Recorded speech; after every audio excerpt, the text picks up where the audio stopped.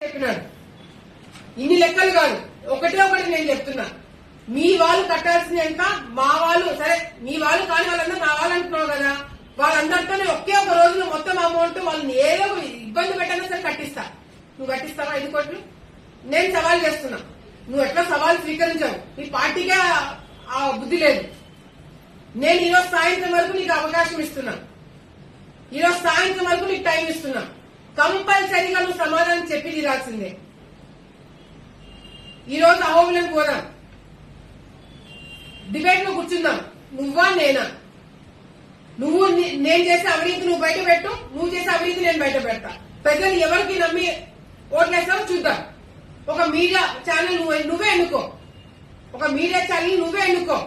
వాళ్ళ ముందర డిబేట్ కూర్చుందాం, ప్రజలందరి ముందర. ప్రజలు నిన్ను నమ్ముతారో నన్ను నమ్ముతారో ఓటింగ్ పెడతాం. నేను కానీ ఓడిపోయినాను అనుకో, రేపు పొద్దున చంద్రబాబు నాయుడు వస్తున్నాడు, కాళ్ళకు నమస్కారం పెట్టి నా రాజీనామా ఆయన కాళ్ళ పెట్టి మళ్లీ ఆడవల్లి అడుగు పెట్టకుండా నేను ఎన్నికి తిరిగిపోతా. అదే నువ్వు ఓడిపోతే లక్షల మంది నరసింహస్వామి భక్తులకి నువ్వు క్షమాపణ చెప్తావా? నువ్వు రెడీయా?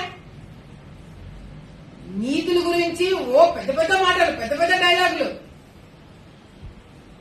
అవినీతి గురించి అక్రమాల గురించి నువ్వు మాట్లాడుతున్నావు.